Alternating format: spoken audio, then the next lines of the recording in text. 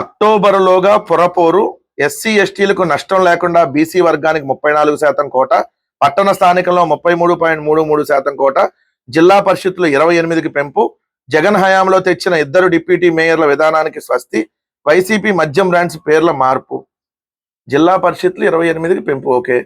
ఎందుకంటే ఇప్పుడు 28 జిల్లాలు అయినాయి కాబట్టి 28 జిల్లాలకు అవుతున్నాయి. సో దీన్ని కొత్తగా తెచ్చేదందుకు ఇప్పుడు ఆటోమేటిక్ తేవాల్సిందే. రెండోది, మేము జిల్లాలో అంతకుముందు విడిపోక ముందు కాబట్టి ఏదైతే కంబైన్ జిల్లాల్లో జరిగినాయి కాబట్టి కంబైన్ జిల్లాలో జడ్పీ చైర్పర్సన్ ఉన్నారు. ఇప్పుడు విడిపోయినాయి కాబట్టి జిల్లాలో అది కూడా 26 జిల్లాలు చేసింది జగన్మోహన్ రెడ్డి గారే. సో మీరు ఇంకో అదనంగా 2 జిల్లాలు చేశారు కాబట్టి 28 జిల్లాలకు 28 జిల్లా పరిషత్తులు, ఓకే. జగన్ హయాంలో తెచ్చిన 2 డిప్యూటీ మేయర్ల విధానానికి స్వస్తి. ఎందుకు స్వస్తి చెప్పాలి? ఇప్పుడు 2 డిప్యూటీ మేయర్లు ఉండాలని అనుకున్నాం. మరి దాంట్లో ఒక డిప్యూటీ మేయర్ని బీసీ, ఎస్సీ, ఎస్టీ, మైనార్టీకి ఇవ్వాలని వైఎస్ఆర్ కాంగ్రెస్ పార్టీ చేసింది. మరి మీరు ఎందుకు చేయలేదు ఆ విధంగా? ఇప్పుడు అంతే, మరి బీసీకో ఎస్సీ ఎస్టీకో అవకాశం దొరికేది కదా, ఎందుకు తీసేయటం చంద్రబాబు నాయుడు గారు? మరి ఇదేనా బీసీలకు మీ మీద ఉన్నటువంటి ప్రేమ?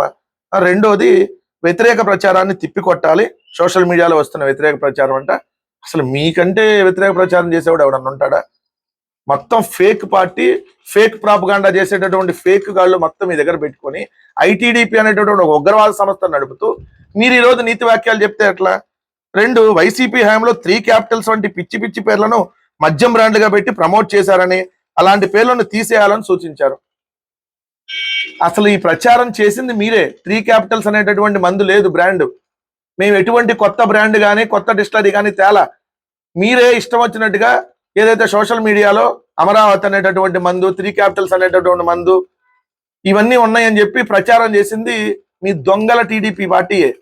సో మీరు ప్రచారం చేసి ఇప్పుడు అవన్నీ ప్రమోట్ చేసి, ఎవరు ప్రమోట్ చేసింది అంటే బ్రాండ్లన్నీ లేకపోయినా ఉన్నాయని ప్రమోట్ చేసి ఈరోజు సిగ్గు లేకుండా మళ్ళీ ఏదో వాగుతా ఉన్నారు ఎట్లా పడితే అలా.